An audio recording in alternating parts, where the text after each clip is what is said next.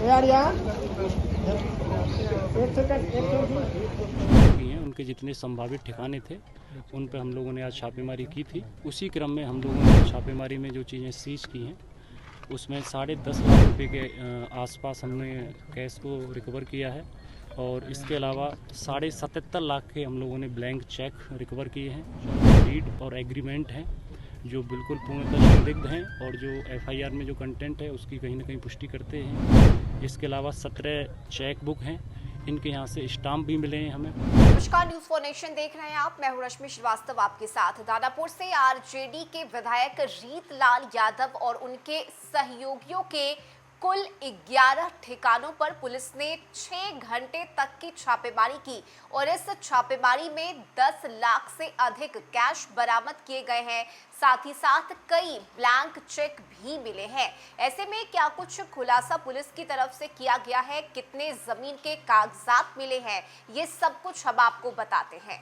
तो देखिए, आरजेडी के विधायक रीतलाल यादव और बिजनेस पार्टनर सुनील महाजन के ठिकानों पर पुलिस ने छापेमारी की। एसटीएफ, बीएमपी और पटना पुलिस की टीम ने खगौल के कोतवा स्थित विधायक के आवास, सुनील के अभियंता नगर और अन्य ठिकाने पर लगभग 6 घंटे तक की छापेमारी की और इस दौरान अलग अलग ठिकानों से 10 लाख से अधिक कैश बरामद किए गए हैं। 77 लाख का ब्लैंक चेक मिला है। जमीन की 14 डीड और एग्रीमेंट मिले हैं, 17 चेक बुक मिले हैं, 5 स्टाम्प पेपर मिले हैं। इसके साथ ही 6 पेन ड्राइव, वॉकी टॉकी बरामद किया है पुलिस ने। और विधायक के गांव में ही एक बिल्डर अपार्टमेंट बनवा रहे हैं, उसी ने रीतलाल यादव, सुनील महाजन समेत 11 पर रंगदारी मांगने, जान से मारने की धमकी देने सहित कई आरोप लगाते हुए खगौल थाना में 10 अप्रैल को केस कराया था और इसी केस की वजह से पुलिस ने सर्च वारंट लेने के बाद छापेमारी की। पटना पुलिस इस केस को जांच के लिए आर्थिक अपराध इकाई को सौंपेगी और पुलिस यह मान रही है कि इस बड़ी कार्रवाई के बाद केस करने वाले बिल्डर को जान का खतरा भी हो सकता है और इसलिए उनका नाम बताना ठीक नहीं होगा। दानापुर एएसपी भानु प्रताप सिंह ने बताया कि विधायक, उनके परिवार और सहयोगियों को बुलाया गया पर वे नहीं पहुंचे और छापेमारी के दौरान रीतलाल ने सोशल मीडिया प्लेटफॉर्म एक्स पर यह लिखा है कि चुनाव से पहले बिहार पुलिस बिना किसी सर्च वारंट के और बिना किसी सूचना के मेरे घर पर छापेमारी कर रही है। मुझे और मेरे परिवार को परेशान किया जा रहा है। मेरी सामाजिक और राजनीतिक छवि को धूमिल करने की असफल कोशिश की जा रही है।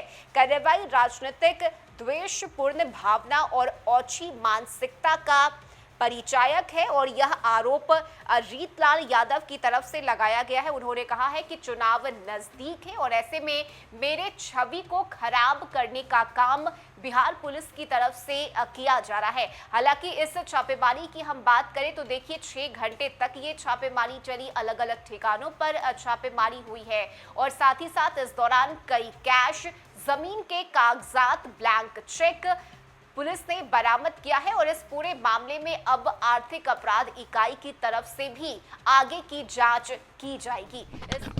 कल हम लोगों को खगौल थाना क्षेत्र के अंतर्गत एक आवेदक द्वारा एक आवेदन दिया गया था, जिसके आलोक में हम लोगों ने खगौल थाना क्षेत्र में एक एफआईआर भी रजिस्टर की थी और उस एफआईआर में आवेदक द्वारा बड़े गंभीर आरोप लगाए गए थे कि इसमें जो विधायक हैं माननीय श्री रीतलाल यादव और उनके जो सहयोगी हैं उनके द्वारा जो आवेदक है उनके साथ रंगदारी मांगी जाती है। साथ ही साथ बहुत सारे उसमें गंभीर आरोप लगे हैं और संगठित अपराध को बढ़ावा दिया जाता है। उसी के आलोक में हम लोगों ने उनके और उनके जो सहयोगी हैं उनके जितने संभावित ठिकाने थे उन पर हम लोगों ने आज छापेमारी की थी। उसी क्रम में हम लोगों ने जो छापेमारी में जो चीज़ें सीज की हैं उसमें 10.5 लाख रुपए के आसपास हमने कैश को रिकवर किया है और इसके अलावा 77.5 लाख के हम लोगों ने ब्लैंक चेक रिकवर किए हैं और इसके अलावा 6 ब्लैंक चेक ऐसे हैं जो संदिग्ध स्थिति की तरफ साफ इशारा करते हैं। इसके अलावा 14 डीड और एग्रीमेंट हैं जो बिल्कुल पूर्णतः संदिग्ध हैं और जो एफआईआर में जो कंटेंट है उसकी कहीं ना कहीं पुष्टि करते हैं। इसके अलावा 17 चेक बुक हैं, इनके यहाँ से स्टाम्प भी मिले हैं हमें 5।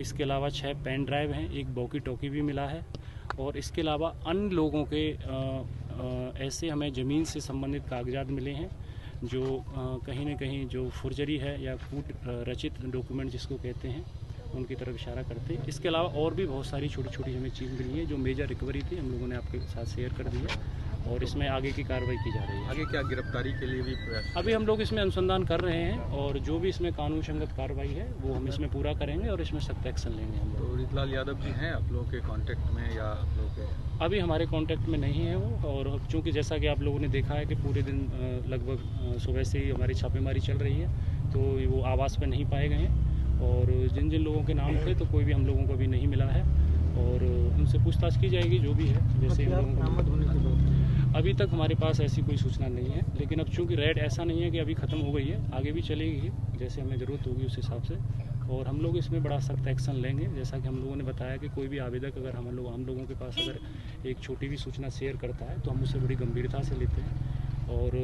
हमने पहले भी बोला था, अब भी बोलते हैं, अगर किसी को कुछ लगता है तो निसंकोच अपनी बात वो रख सकता है। रंगदारी की शिकायत किसी बिल्डर की तरफ से थी, व्यवसायी की तरफ से थी? वो डिटेल्स हम अभी आपको साझा नहीं कर सकते, उनकी जान को खतरा हो भी सकता है ना, तो बाद में आप लोग उसको जो है, हमारा काम है कोई भी व्यक्ति आता है उसकी गोपनीयता को भी रखना या फिर उसकी जान माल की सुरक्षा को भी ध्यान में रखना, तो वो लोग हम आपसे भी शेयर कितना रंगदारी मांगने की बात है? उसमें एग्जैक्ट अमाउंट है, अभी हमें याद नहीं है। कई लोगों के खिलाफ शिकायत कितने लोगों पे आरोप लगे हैं सर? इसमें लगभग 11 लोगों के आसपास हैं, उन लोगों पे जो आरोप लगे हैं, और भी उसमें अन्य व्यक्ति हैं, अज्ञात व्यक्ति हैं, और उन सब के खिलाफ इसमें आरोप लगे हैं। हथियार भी बरामद हुआ? अभी तक नहीं हुआ है हथियार। कैश वाली रकम एक बार फिर बता पाएं कितना?